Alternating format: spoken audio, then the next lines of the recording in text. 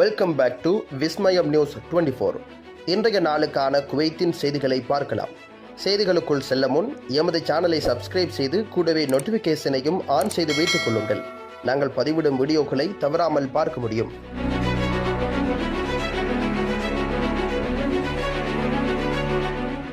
Kuwait காவல்துறை அரசு கேபிள்கள் மற்றும் மின்மாற்றிகளை திருடும் கும்பலை பிடித்தது. ஒரு பெரிய பாதுகாப்பு நடவடிக்கையில் உள்துறை அமைச்சகம் அதன் குற்றவியல் பாதுகாப்புத்துறை மூலம் அரசாங்க மின்மாற்றிகள் மற்றும் மின் கேபிள்களை முறையாக திருடிய ஒரு கும்பலை கண்டுபிடித்திருக்கின்றது.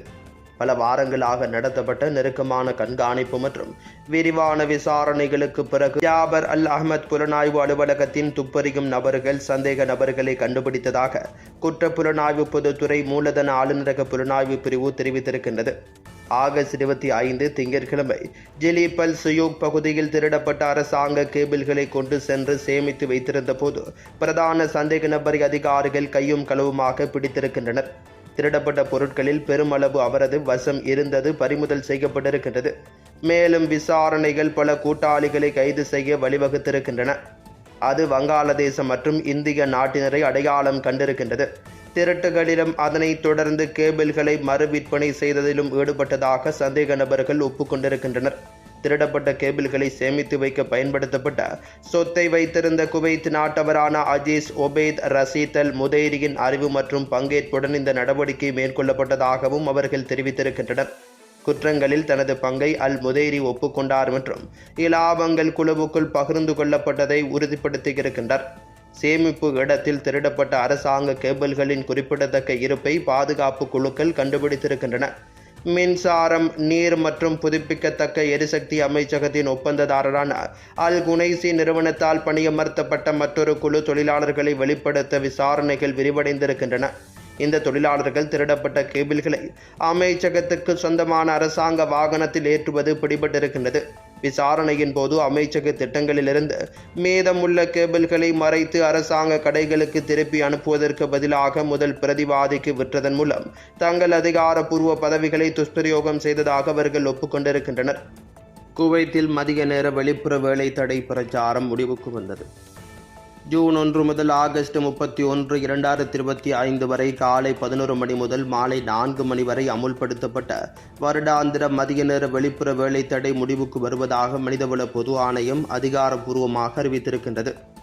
இந்த நடவடிக்கை அவர்களின் பாதுகாப்பு விஷயங்கள் என்ற விழிப்புணர்வு மற்றும் ஆய்வு பிரச்சாரத்தின் கீழ் செயல்படுத்தப்பட்டுள்ளது.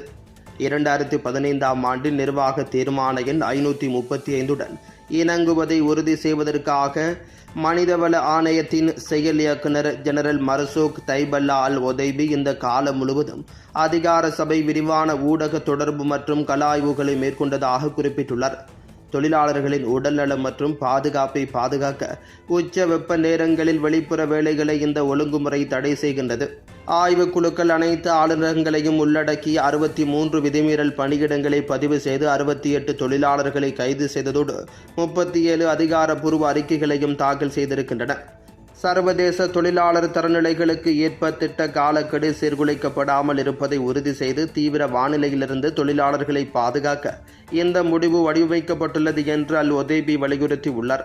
விதிகளுக்கு இணங்கிய முதலாளிகளுக்கும் மீறல்களை புகாரளிப்பதன் மூலம் அமலாக்க முயற்சிகளை ஆதரித்த குடிமக்களுக்கும் அவர் நன்றி தெரிவித்துள்ளார்.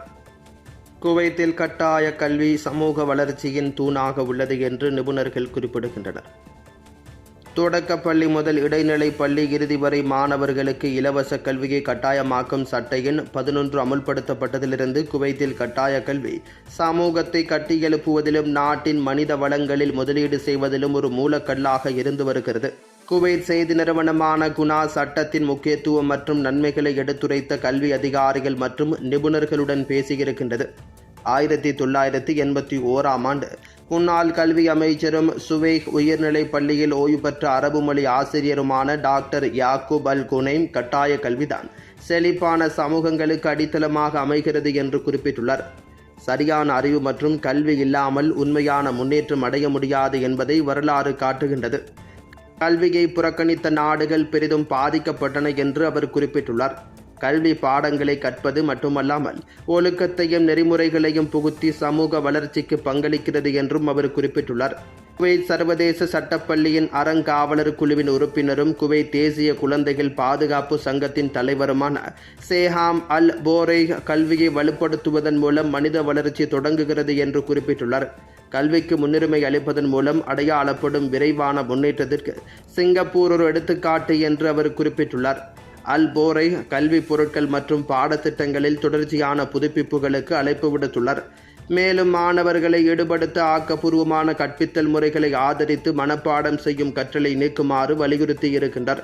குவைத் பல்கலைக்கழக கல்வியியல் கல்லூரியின் ஆசிரிய உறுப்பினர் டாக்டர் வலீத் அல் எனேசி குறிப்பிடுகையில், கட்டாய கல்வி சட்டம் கல்வி அறிவின்மையை கணிசமாக குறைத்து அனைவரும் அறிவை பெறுவதற்கான வாய்ப்புகளை வழங்கியிருக்கின்றது. சமூக மேம்பாடு பொதுமக்களுக்கு கல்வி கற்பிப்பதில் தங்கியிருக்கிறது. இது பொருளாதாரத்தை வலுப்படுத்துகிறது என்று அவர் வலியுறுத்தி இருக்கின்றார். குவைத்தில் இன்றைய தினம் தங்கத்தின் பெறுமதிகளை பார்க்கலாம். 24 கேரட் 1 கிராம் ஒன்றின் தங்கத்தின் பெறுமதி 34.46 குவைத் தீனார்களாகும். 22 கேரட் 1 கிராம் ஒன்றின் தங்கத்தின் பெறுமதி 31.60 குவைத் தீனார்களாகும். 21 கேரட் 1 கிராம் ஒன்றின் தங்கத்தின் பெறுமதி 30.15 குவைத் தீனார்களாகும். 18 கேரட் 1 கிராம் ஒன்றின் தங்கத்தின் பெறுமதி 25.84 குவைத் தீனார்களாகும். குவைத்தின் இன்றைய நாணய மாற்று விகிதங்களை பார்க்கலாம்.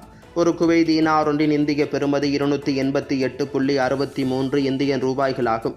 ஒரு குவைத் தீனார் ஒன்றின் இலங்கை பெறுமதி 987.55 இலங்கை ரூபாய்களாகும்.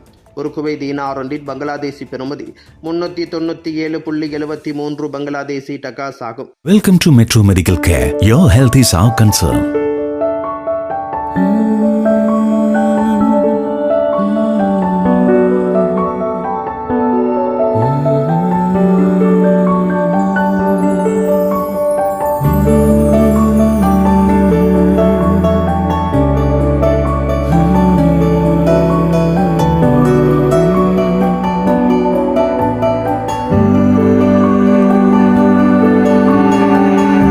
It's our policy at Metro Medical Care to provide you with the best care, concern and cure with the advanced facilities whether you can afford it or not. The smile on your faces and the healthy life you regain, that's the greatest reward for Metro Medical Care.